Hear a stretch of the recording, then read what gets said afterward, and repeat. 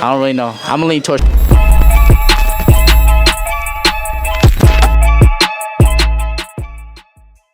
This is Jonathan Agioff here for Pro Boxing Fans, joined by the future, the present. You know who he is, Curmel Moton here at DLX Boxing in Las Vegas. Curmel, how's things going? It's going great. I just got a good training session in. I'm in camp, just waiting on the call. I'm supposed to be fighting August 24th in Mexico City, so I'm ready. I mean, watching you train today, it's not like, it's fight week or anything, like a week before the fight. You're putting in hours and hours. Is this like just how you've always trained? Yeah, definitely. Since I was a little kid, and even on fight week, I trained the same. So, that's how I work. Now, the fight you're referring to coming up is going to be on that Floyd Mayweather undercard. What's that going to be like being on Floyd's card? Yeah, it's going to be amazing, Going to Floyd fights, seeing how huge it'd be. I always dreamed of being on one of his cards, so, August 24th, I'll finally make that dream come true. Now, we saw you, was it on the Munguia-Canelo fight? Was it that card? Nah. My last fight? Yeah. That was on the Nate Diaz and Masvidal. Yeah, sorry, I'm getting confused. But we saw you on a fight before where like you had a really good fight, like. Talk us through that, because I'm guessing that was a great experience for you early on. Yeah, definitely. I went 8 rounds. It was great. I got a lot of good pro experience in.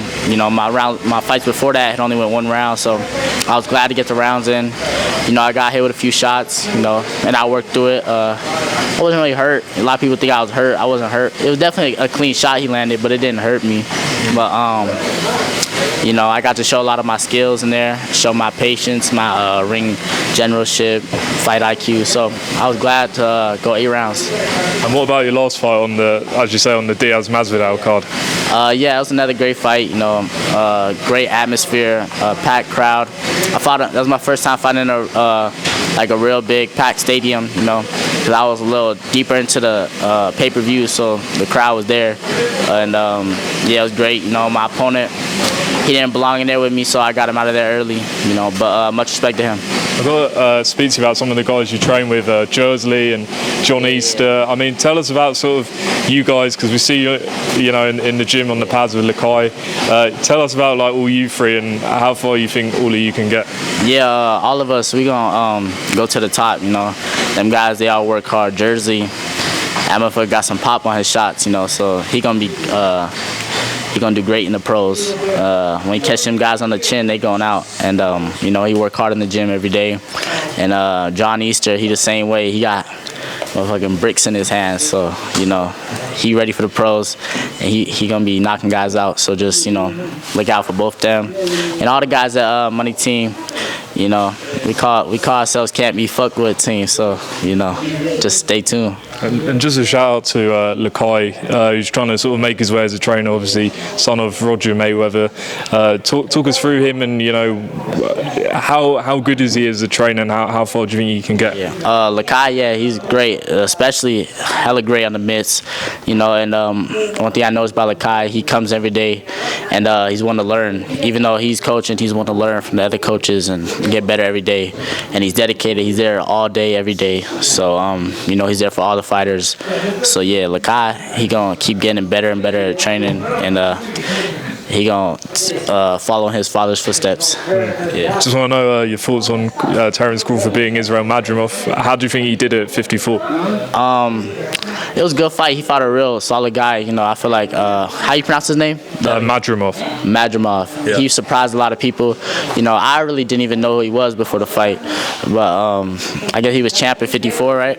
Yeah. He was real skillful. Guys like that are real hard to deal with. When they up on their toes like that, it's real hard to get their timing and stuff. So I feel like Crawford adapted well. I know he liked going southpaw. I feel like he would have probably done better in the orthodox, but at the end of the day, he pulled out in them later rounds and started breaking dude down. It was a great fight. How do you think he does against Canelo if he was to go up to 68? Is that too big a jump, or can he do it? At 60 or 68? Before, I was saying that, what up, champ? I was saying that he could beat Canelo, or he has the potential to beat Canelo, but I don't know. He might be a little too small for 68. Maybe 60 though, but I don't know. I'll take Canelo in that right now. Well, what about who would you take in Crawford against Boots Ennis? I feel like Crawford. A lot of people is maybe doubting Crawford in that fight now after his last performance, but you gotta realize with a guy like that, like I said, with the footwork like that, it's real hard to do your thing against them. Boots is more there for Crawford. He like to work on the inside, work on his waist, not as much footwork. So I don't even know. It's like a 50-50 fight. I'm gonna lean towards Boots I'm leaning towards Bud because he got the experience right now. Just want to ask you about Shakur Stevenson. Him and Lomachenko had some sort of beef at ringside. Is that a fight you want to see, and how do you think that would go? Yeah, I seen that. Yeah, definitely. Why not? I feel like I like to see how Shakur does against that style, Loma style. It's real hard to deal with. He got him and Madrimov is kind of similar with the footwork and stuff. So I'd like to see how Shakur does with it. But I feel like Shakur will take it. Unanimous decision. There was like a report last week that both him and Tank said was cap, like them fighting in November. If they do fight, how do you see that one going? Yeah, I heard the rumors that they wasn't true. I had spoke to Shakur, but I don't know. That's also a 50-50 fight. That could really go either way. We never seen Shakur's chin tested, so we don't really know if he has a chin to take Tank's shots. But because he don't get hit. But maybe he does have a chin. He takes Tank's shot, and then he just keeps landing, winning them rounds because Tank give away rounds. Maybe he wins unanimous decision, or maybe he doesn't have a chin, and Tank does what he does. So I don't really know. I'm gonna lean towards Shakur though. Just a couple more, then I'm done. We've also got Beterbiev Bivol coming up October 12th. How do you think that's going to go? I really don't know. These are all hard ones to predict. I feel like I don't know if Beterbiev could bounce back from his injury. It's with his legs, right? Yeah, he might be a little slow on his feet. And Bivol, he might just box him up for 12 rounds. So I'm gonna lean towards Bivol right now. And just yourself, like you're obviously very young. You just turned 18, right?